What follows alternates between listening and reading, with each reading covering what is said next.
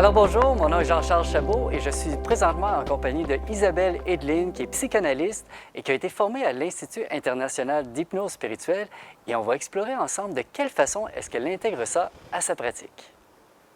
Donc Isabelle, au Canada, bon, la psychanalyse, c'est pas très connu. Peux-tu nous parler un petit peu, c'est quoi ton cursus et comment tu en es arrivée à la psychanalyse? Alors, dans un premier temps, j'ai fait un travail sur moi pendant 8 années de psychanalyse classique, avec un psychanalyste. Et pendant mon analyse est venu le fait que ça serait bien que je me forme à la psychanalyse. Donc, c'est venu par mon psychanalyste. Et l'idée a fait son chemin. Et puis, j'ai commencé à étudier. Ça faisait déjà pas mal d'années que je faisais du coup mon analyse personnelle, plus le fait que j'avais beaucoup lu beaucoup de psychanalystes en France très connus comme Dolto, Winnicott aussi, qui est un courant psychanalytique anglais qui fait vraiment partie de ma formation, Mélanie Klein, Freud bien sûr. Donc j'avais déjà beaucoup lu, j'avais plusieurs années d'analyse et il est venu comme quelque chose de vraiment évident pour moi, que j'avais déjà envie de transmettre ça, et mon psychanalyste voyait en moi un psychanalyste en devenir. Donc du coup on est passé vers cette formation-là qu'il m'a encouragée à suivre. Et après 8 années, donc j'avais le cursus complet pour pouvoir être psychanalyste, et je suis venue m'installer à La Rochelle pour travailler. Donc c'était en 2005, c'est ça, en 2005. Et comment tu es venue à vouloir intégrer l'hypnose spirituelle dans cette pratique-là?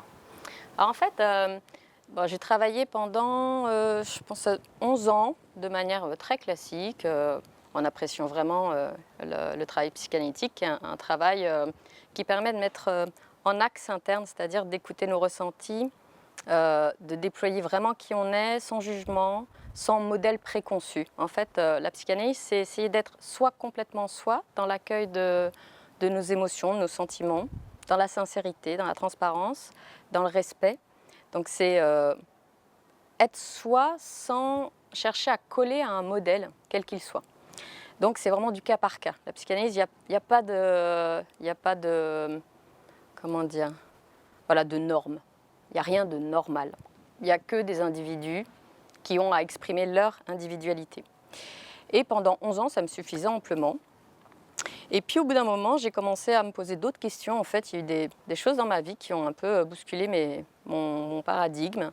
Et je suis venue à me dire que si ça se trouve, il y avait autre chose qui existait. Alors en psychanalyse, il y a, ne serait-ce que dans le travail de Jung, la notion d'inconscient collectif qui est intégrée.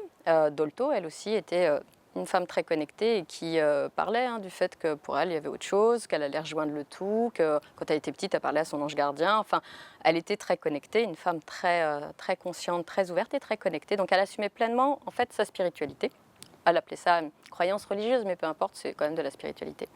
Donc ça existe, bien que ce ne soit pas dans le paradigme habituel au niveau de la psychanalyse, c'est pas ce qui est transmis au premier abord. Il faut chercher un peu pour aller le trouver. Et puis, après 11 années de pratique classique, je commençais à sentir qu'il fallait, quelque part, c'est un travail qui est très long. Et je sentais que pour progresser plus rapidement, traiter plus de patients, que ça aille... En fait, je sentais qu'il fallait que je puisse répondre plus vite, traiter plus de personnes. Et le cadre psychanalytique, ce n'est pas un cadre qui permet d'aller vite, il faut être honnête, on a pour des années, c'est comme ça, tout le monde... En France, c'est assez connu, on sait que la psychanalyse, c'est long, mais c'est efficace, mais c'est long. Et je sentais que ça serait bien que ça avance un peu différemment, sans vraiment savoir de quelle manière aller plus vite. Puis j'avais cherché depuis pas mal de temps, déjà j'avais regardé des formations d'hypnose, mais ça résonnait pas, Et puis donc, dans ma vie, il s'est passé des choses, j'ai commencé à me dire que si ça se trouve, il y avait autre chose qui existait. Et à force de me pencher sur la question, en fait, c'est venu d'une conférence, maintenant d'une personne qui est une amie, mais à la base, c'était lors de sa conférence, Babette Renaudon, qui est numérologue. Et puis, dans sa conférence, à la fin, elle a parlé de Michael Newton, Souvenir de l'au-delà. C'est venu comme ça.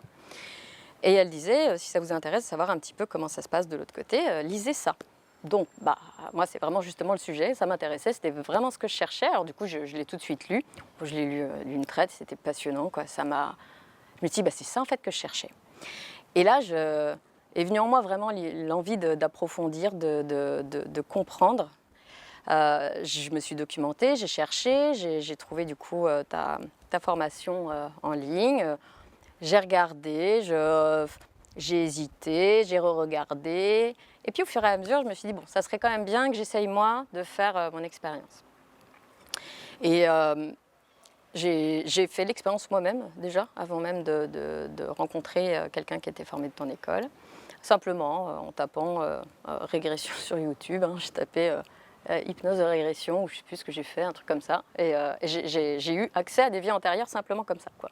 Alors je ne savais pas si c'était du fantasme ou vie antérieure. Je m'étais dit, bon, on verra bien. Et puis après, j'ai consulté une personne qui a été formée dans ton école. Et là, j'ai fait une régression et j'ai eu effectivement accès à ce que j'avais trouvé moi déjà seule. Mais là, je l'ai beaucoup plus exploré et beaucoup plus déployé. Donc après avoir fait plusieurs séances de régression, je me suis dit, bon, c'est vraiment quelque chose qui m'intéresse. Je me suis du coup inscrite à la formation et j'ai fait cette formation. Et de quelle façon tu dirais que tu intègres ça concrètement à ta pratique?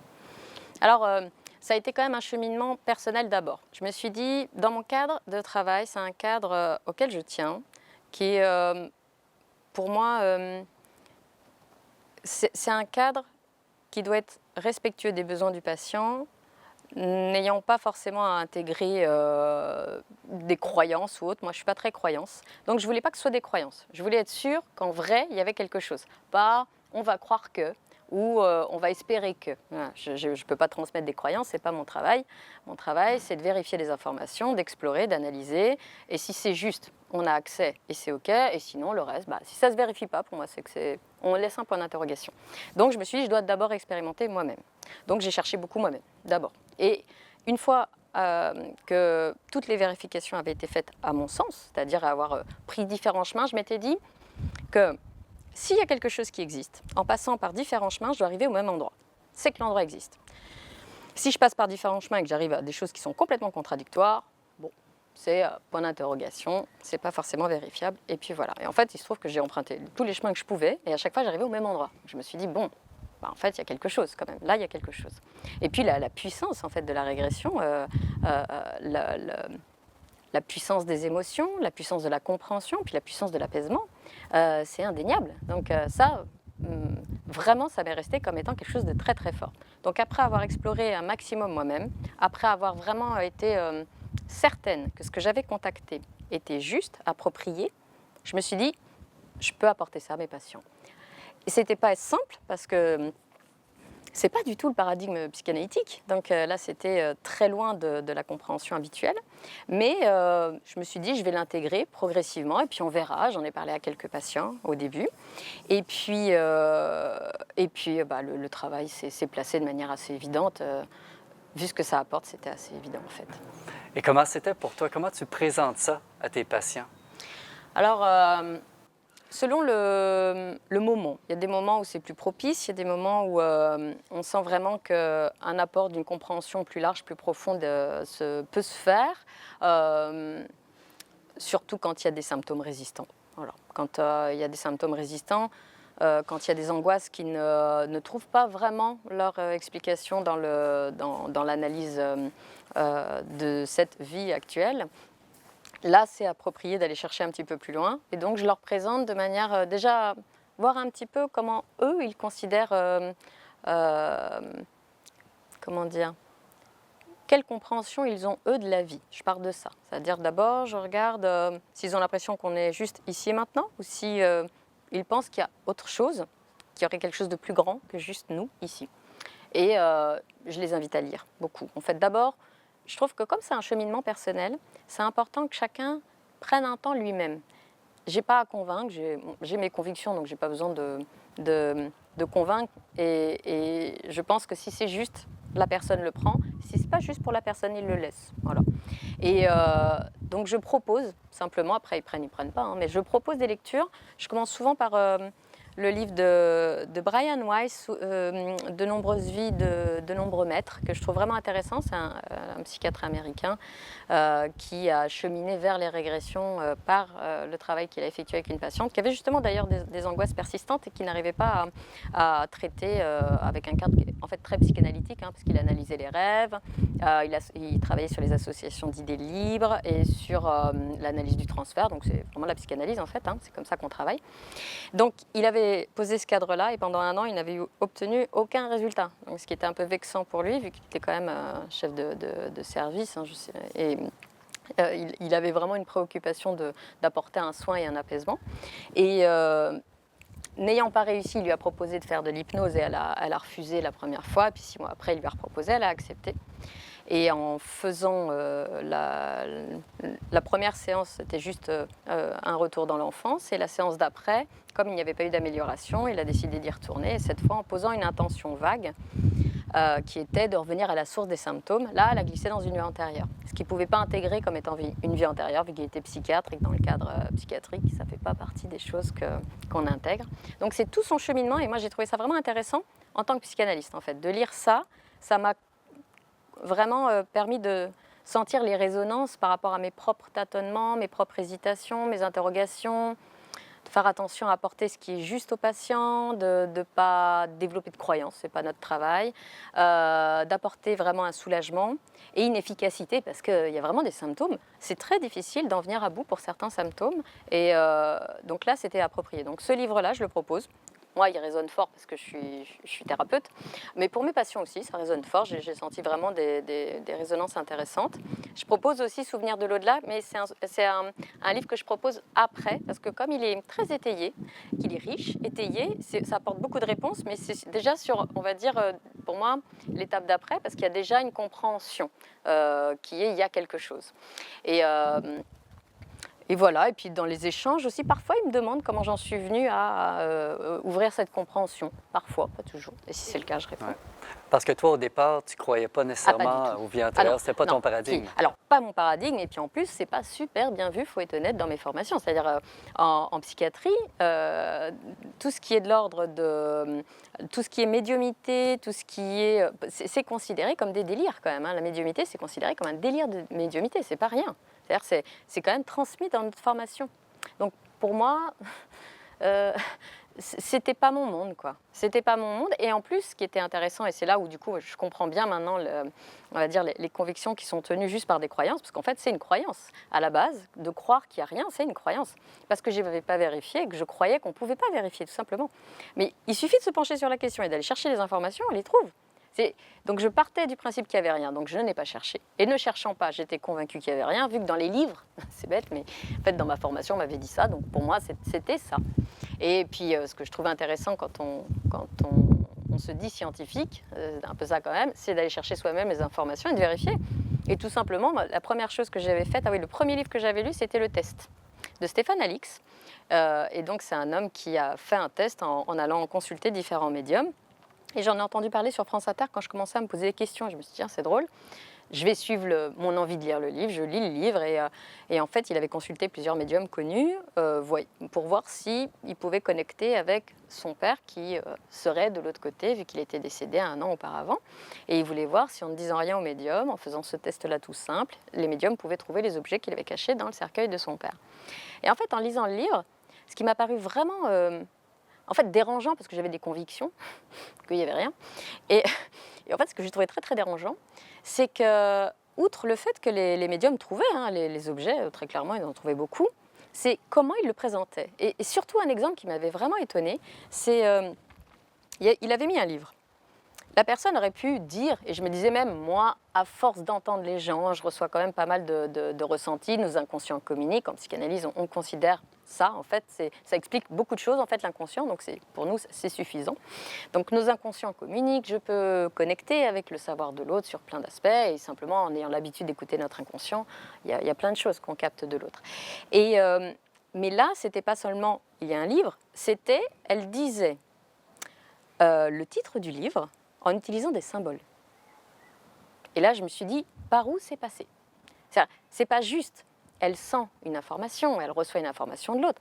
C'est qu'elle peut dire le titre du livre en utilisant des symboles. Là, ça me paraissait impossible que ça ne soit pas passé par une intelligence.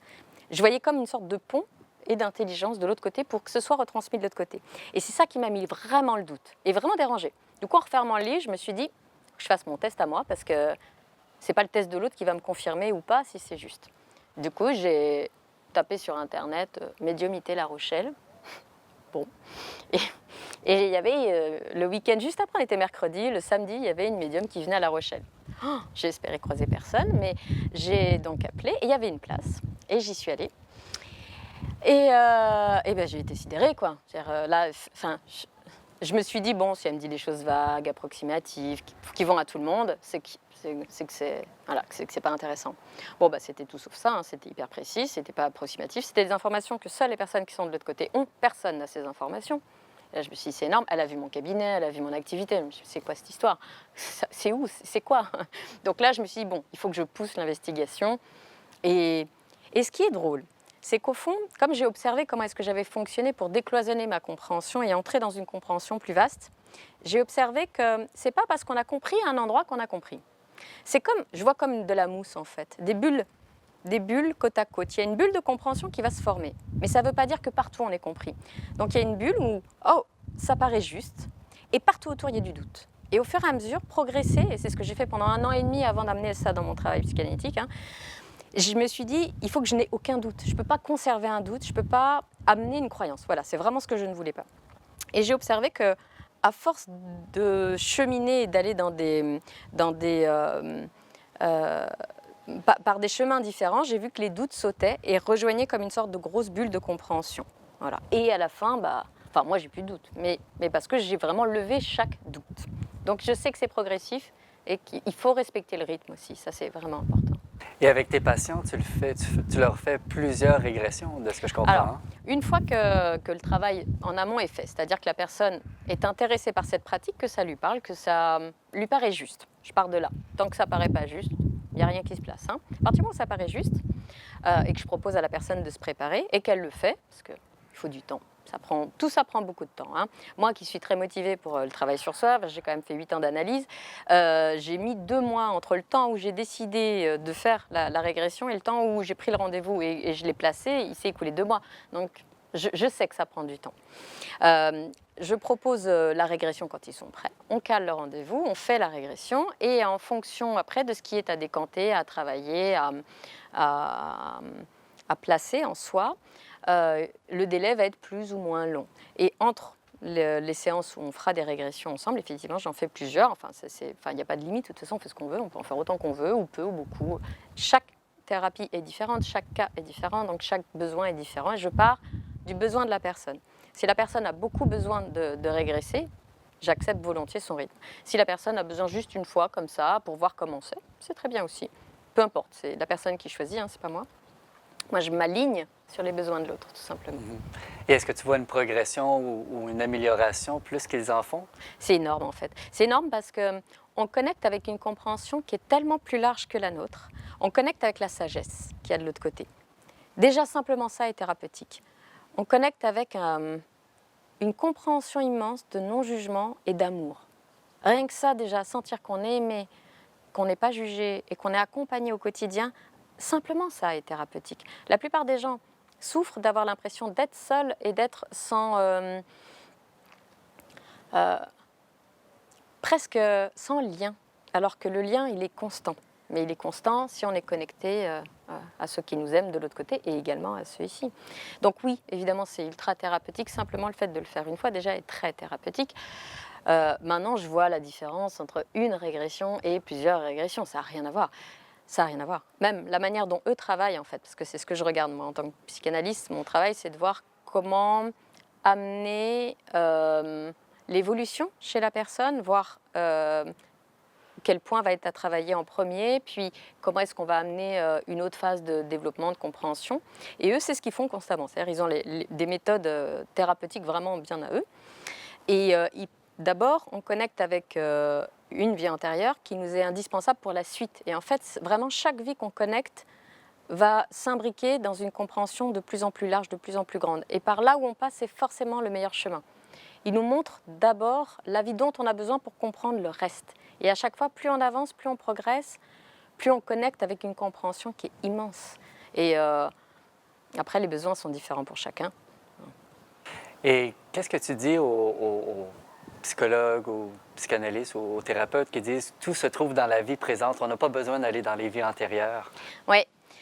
C'est ce que j'ai cru très longtemps d'ailleurs. Moi, il y a même très longtemps avant d'être psy, hein, j'entendais des gens qui disaient faire du rebirth, se connecter avec des vies antérieures et tout. Je me disais, mais quelle idée, à quoi bon? Je voyais vraiment pas l'intérêt en fait. Je veux dire, assez d'une vie quand même, hein, c'est assez compliqué comme ça. Évidemment, aujourd'hui, j'ai pas du tout ce point de vue parce que, en fait, pour certains symptômes, on peut atténuer certains symptômes hein, sans problème. On peut les réduire.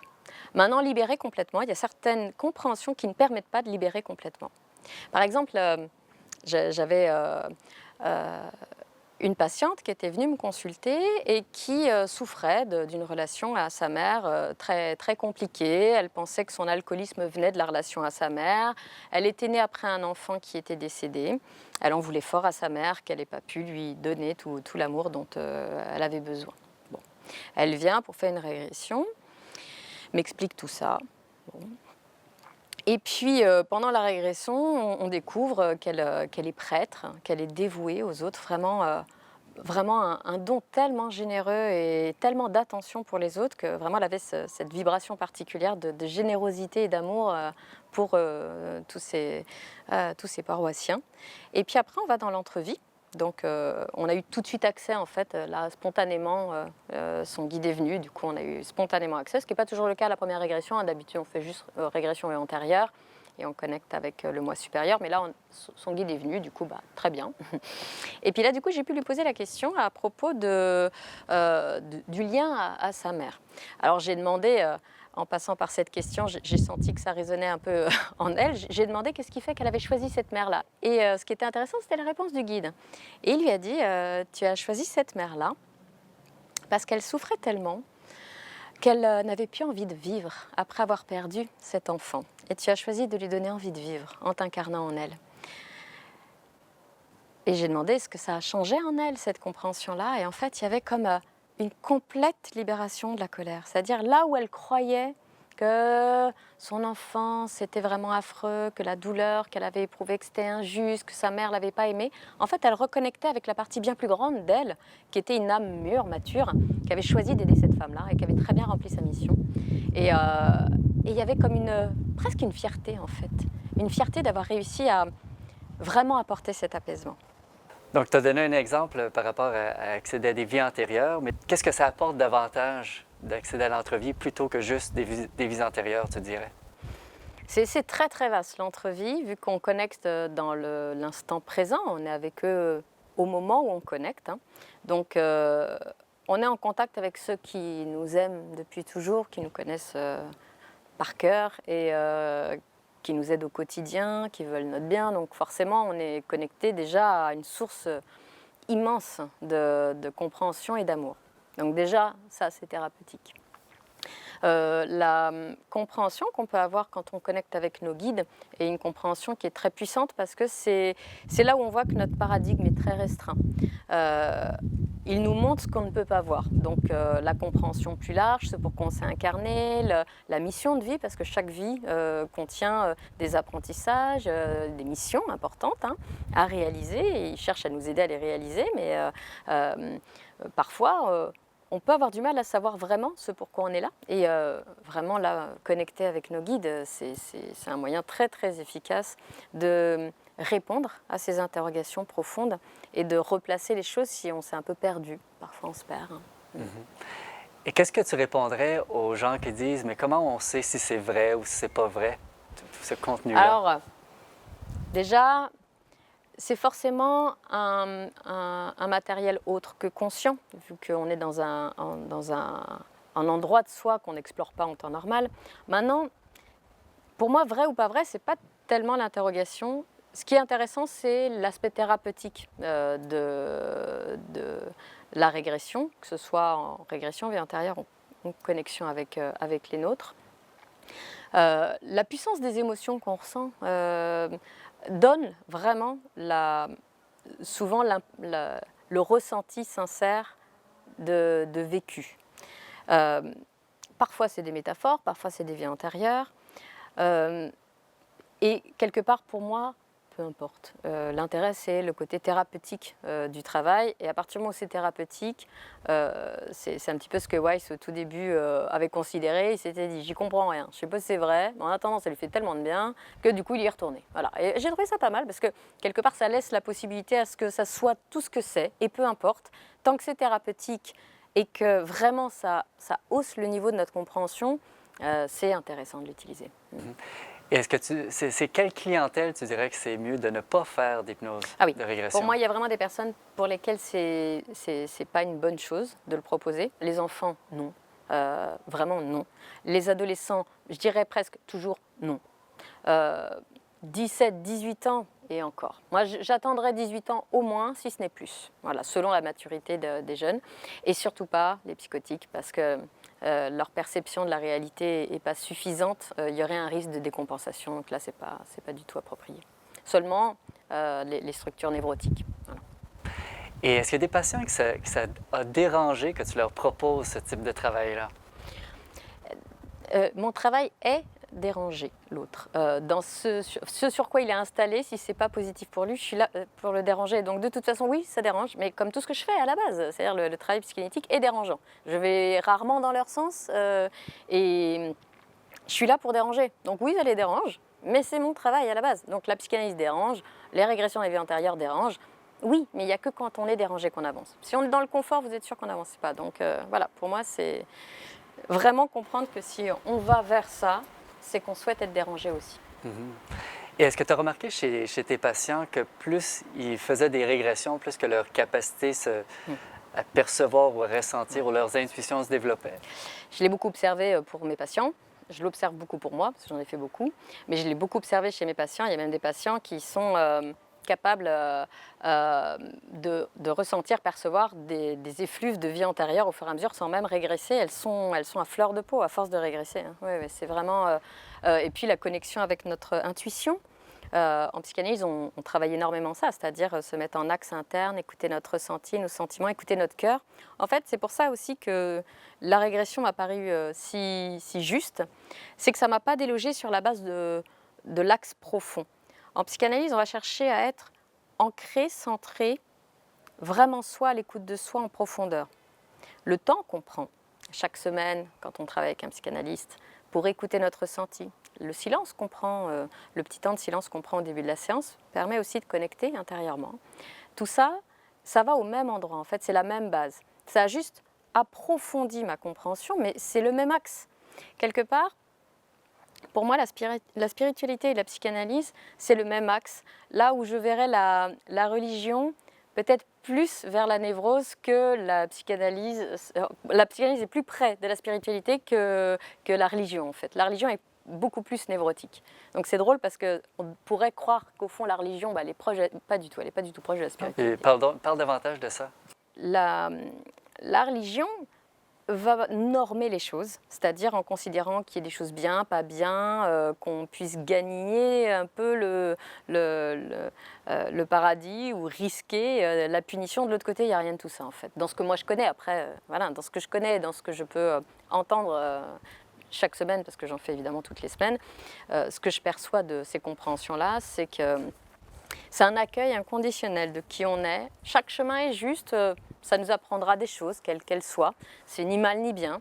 Et de toute façon, ce que l'on envoie dans le monde nous revient. Donc rien n'est mal ou bien, mais ce qu'on fait vivre d'une manière ou d'une autre, il faudra qu'on le vive. Voilà. Donc il y a quelque chose de l'ordre d'une justesse et d'une équité, ce qu'on appelle le karma, mais il y a une équité dans tous ces mouvements, mais pas sur l'échelle d'une seule vie, en fait, sur les vies.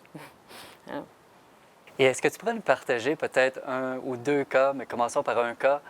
Il y a une capacité à ressentir très fort les choses, à la longue, à force de régresser, mais aussi beaucoup plus d'amour, de non-jugement. Là, le non-jugement, il prend vraiment un sens, c'est pas mental, c'est vraiment loin d'être mental, c'est beaucoup plus sincère. C'est-à-dire, il y a une compréhension profonde. À force de connecter avec cet amour de l'autre côté, on en vient à sentir à quel point tout est juste. Même si c'est difficile, ce qu'on vit, c'est juste. Donc ça, je l'ai vu, oui, sur tous les patients qui ont beaucoup régressé, bien sûr.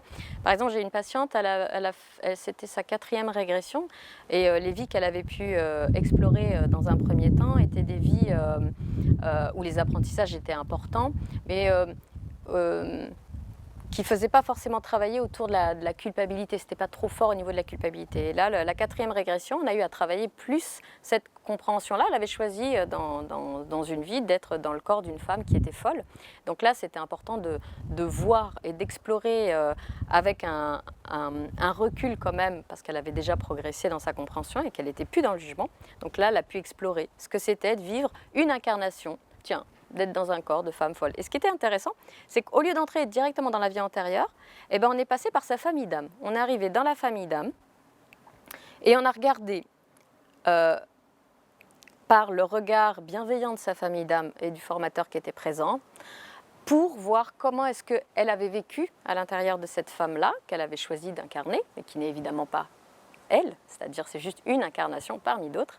Et c'était comme une caméra embarquée, c'était vraiment intéressant de voir que tout le monde regardait à travers son corps la vie qu'elle était en train d'explorer. Ça, c'était passionnant. Et ce que je trouve intéressant, c'est que là, comme elle avait assez cheminé, ils ont pu lui montrer et elle a tout de suite retenu le côté extrêmement thérapeutique de voir tout l'amour de la famille d'âme qui l'aidait à comprendre ce que c'était, presque comme si tout le monde avait vécu en même temps qu'elle. Voilà, ça c'était très très fort. Et ceux qui se sentent seuls, souvent, presque toujours, c'est parce qu'ils ne sont pas connectés avec l'amour que les autres leur portent, et qui sont évidemment ceux qui sont de l'autre côté. Et tant qu'on n'a pas compris qu'on était lié à eux ou qu'on soit, on peut sentir ces sentiments-là de solitude et de difficulté. Quand on est relié à eux, on ne voit plus du tout les choses de la même manière. Et tu m'avais partagé qu'il y avait des cas que les patients avaient connecté avec des défunts et que ça les avait aidés dans leur processus Tout à thérapeutique. fait, ça arrive souvent, effectivement, ça arrive souvent. Oui, il y avait cette femme-là qui avait trouvé que sa mère était très très rude, elle a connecté avec sa mère de l'autre côté, c'était très intéressant. Elle était venue avec quand même une souffrance liée à une relation à une mère qui était un petit peu dure. Et donc elle est venue à mon cabinet, on a régressé et pendant la régression, je ne me souviens plus forcément de la vie antérieure, mais ce n'était pas ce qui était le plus important parce qu'on a connecté avec l'entrevie, on a eu accès à son guide. Là, on a quelquefois cette chance dès la première régression, ce qui n'est pas fréquent non plus. Hein.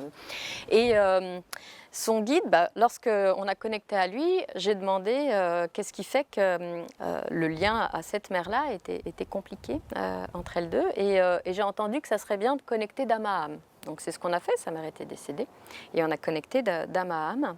Et là, elle me dit, il y a un amour, mais immense, c'est incroyable. Et elle me dit, mais je ne comprends pas, ça n'a rien à voir avec ce que je vis ce que j'ai vécu avec elle sur Terre. Et donc je demande à son guide, qu'est-ce qui fait qu'il y a un tel décalage de puissance, de lien, d'amour de l'autre côté, et dans ce qu'elle avait vécu avec sa mère à l'époque.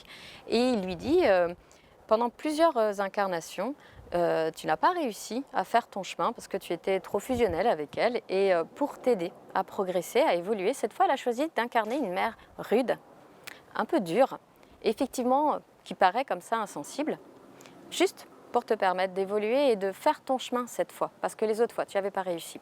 Donc c'était vraiment un souhait d'aider. Et elle me disait aussi qu'elle avait un père très violent et elle ne voulait plus en entendre parler. Bon, et là j'entends que ça serait bien de connecter aussi à lui. Du coup je demande l'autorisation, son guide nous donne accès à l'âme de son père. Et elle me dit, mais c'est un immense amour, mais c'est comme avec ma mère, mais il me pousse, il me pousse, il me pousse, il me pousse pour avancer. Ah en fait, il a incarné un père violent pour me donner la force, le courage, la puissance de traverser les difficultés que j'aurais à traverser. Que c'était en fait une preuve d'amour. Je trouvais ça vraiment très beau parce que c'est tout ce qu'on ne peut pas comprendre tant qu'on croit qu'on n'est que ça. Et la connexion de l'autre côté, quand on retrouve nos défunts, quand on retrouve les gens qui nous aiment de l'autre côté, et ils sont vraiment très loin de juste les gens qui sont ici en fait. Comprendre qu'on n'est pas ce corps, qu'on n'est pas cette personne, qu'on est bien plus que ça, qu'on choisit. Une fois, j'avais demandé, parce que j'avais un patient qui me disait, mais j'arrive pas à comprendre le principe là de corps, d'incarnation, comment ça, on n'est pas que ça. Et en fait, il me montre, parce qu'évidemment, à force de régresser, il me montre. Donc, il me montre comme un pied qui entre dans une chaussure. Et là, j'entends, le corps, on le chausse comme une chaussure. Si on a à vivre une vie dans la montagne, on va choisir un corps qui va aller vers cette capacité-là à aller dans des conditions un peu rudes. Si on a à vivre plutôt dans un milieu mondain ou plutôt dans des conditions plus faciles, on va choisir d'autres incarnations, d'autres corps. De la même manière qu'on chausse une chaussure. Donc ne pas confondre, évidemment, notre âme va un peu déformer la personnalité, c'est-à-dire on va voir la personne profonde dans le corps, dans la personnalité actuelle, mais on n'est pas cette personnalité, on est aussi ça. De la même manière qu'un acteur va incarner un rôle, il n'est pas le rôle, mais il est aussi le rôle. On le reconnaît dedans, mais il n'est pas ce rôle, mais il est aussi ça. Voilà. Et peux-tu nous parler un petit peu de ton expérience à toi? Combien de sessions tu as fait? Qu'est-ce que ça a changé dans ta vie de faire ça, ce travail-là? Bon, j'ai mis du temps à m'y mettre, mais après je m'y suis mise. J'en ai fait 18 pour l'instant, mais j'en ferai d'autres parce que ça me passionne. L'analyse m'a permis de découvrir quelle personnalité j'ai ici et aussi quelque part comment je peux la déployer. Donc j'ai pris beaucoup d'années à déployer ma personnalité ici, mais les régressions permettent de comprendre qui on est de l'autre côté au fond. Alors évidemment, c'est rien ce que je peux voir pour l'instant par rapport à l'immensité qui est à connaître de l'autre côté. Mais en 18 régressions, on a quand même une petite idée un peu de ce que c'est. Et ça développe énormément de choses. Déjà, une compréhension qui est comme un champ de vision beaucoup plus large. En fait, ce que j'ai compris, c'est qu'une vie, c'est comme une pièce d'un puzzle. L'analyse, la psychanalyse ou les thérapies, quelles qu'elles soient, lorsqu'on n'inclut pas les vies antérieures, est passionnante, c'est vrai. Tout ce qu'on voit, c'est très juste, hein, c'est très intéressant, mais c'est comme si on avait regardé une pièce d'un puzzle. C'est vrai, ce qu'on a vu est juste. Et quand on inclut le travail dans les vies antérieures, c'est comme si on dézoomait du puzzle. Et que ce qu'on a vu était vrai, hein. C'est vrai, mais pas que. Et là, ce qui me passionne maintenant, parce que c'est vraiment quelque chose qui m'intéresse, c'est d'aller chercher les informations qui nous permettent de comprendre ce qu'on a vu là, mais qui est aussi ailleurs. Ce qu'on a vu là, mais qui dit aussi plein d'autres choses. Et en fait, c'est une multitude de chemins qu'on peut emprunter à chaque fois. Et chaque régression nous permet d'explorer un chemin nouveau qui entre en résonance avec toutes les autres régressions. En fait, c'est vraiment étonnant. C'est d'une complexité et en même temps d'une puissance qui est vraiment étonnante. Plus on régresse, plus on a accès aux informations et plus tout se recoupe aussi. Tout se recoupe. C'est ça qui est vraiment étonnant et c'est là où les doutes à la longue qui s'estompent parce que est-ce que c'est vrai, est-ce que c'est pas vrai, est-ce que c'est du fantasme ou pas. Je me les suis posé ces questions, je ne me les pose plus du tout. Hein. Parce que à force de régresser, comme tout se recoupe, et en plus, ce que je trouve intéressant, c'est comme je fais régresser tout le monde autour de moi, mes proches aussi, forcément ils y passent, et quand je fais régresser mes proches, ils ont accès à des vies que moi j'ai explorées de mon côté. Et eux, ils explorent de l'autre côté. Donc, comment expliquer qu'on puisse, sans forcément s'être raconté les vies antérieures, explorer d'un côté et de l'autre d'une vie qu'on n'aurait pas donc partagée consciemment en l'expliquant là, et qu'elle l'explore quand même de l'autre côté, et qu'elle me raconte ce que j'ai vu d'un côté, elle le voit de l'autre. Voilà, ça c'est arrivé plein de fois. Hein. Donc, ça, pour moi, ça fait vraiment partie des expériences très riches. Et puis, ça a augmenté aussi beaucoup ma médiumnité, mes perceptions, mes réceptions d'informations. Et avec certains patients qui ont pas mal régressé et qui ont quand même aussi un canal un peu particulier, on a accès aux vies antérieures ensemble. C'est-à-dire, j'ai eu certaines patientes qui sont vraiment très connectées. En séance, j'ai eu accès à une vie antérieure en voyant les images qu'elles percevaient de l'autre côté. Et on a pu dérouler la vie antérieure à deux, sans même avoir recours à l'hypnose. Alors, ça m'est pas arrivé souvent, mais quand ça arrive, c'est vraiment étonnant, avec toutes les émotions et tout. Enfin, c'était vraiment incroyable. Et bon, elle était très puissante au niveau connexion, donc ça n'arrive évidemment pas à chaque fois. Mais ça peut arriver maintenant. Donc oui, ça a changé énormément de choses, ma compréhension, mes perceptions, et puis la médiumnité a vraiment beaucoup progressé. Et pour terminer, aurais-tu un conseil, je ne sais pas, aux professionnels de la relation d'aide qui se questionnent s'ils devraient explorer cette pratique-là ou non? Moi, je pense qu'il faut essayer soi-même d'abord. Il faut explorer le chemin soi-même. Enfin, c'est ce que j'ai fait, peut-être il y a d'autres moyens, sûrement. Moi, le mien et ce qui m'a paru juste, après, voilà, c'est seulement mon expérience, c'est d'explorer soi-même. Et de chercher d'abord à comprendre soi-même. Mais comme on fait en fait en psychanalyse, d'abord on travaille sur soi, on n'apprend rien avant, hein. D'abord on travaille sur soi et après on étudie. Ça c'est vraiment, il y a un protocole de formation. Et c'est la même chose pour moi, toute technique doit être apprivoisée de l'intérieur. On doit d'abord comprendre de l'intérieur ce que c'est, voir à quoi ça sert, est-ce que ça nous sert ou pas, est-ce que ça a libéré des choses en nous ou pas. Et si c'est juste, si c'est approprié, si ça nous fait du bien, et que ça nous paraît juste de la porter dans le travail, on peut. Si ça ne nous paraît pas juste, voilà. Mais pour moi, il faut passer par l'expérience personnelle. Je ne pense pas qu'on puisse apporter cette compréhension si on ne l'a pas nous-mêmes. Super. Ben, merci beaucoup, Isabelle. Merci à toi. Merci beaucoup.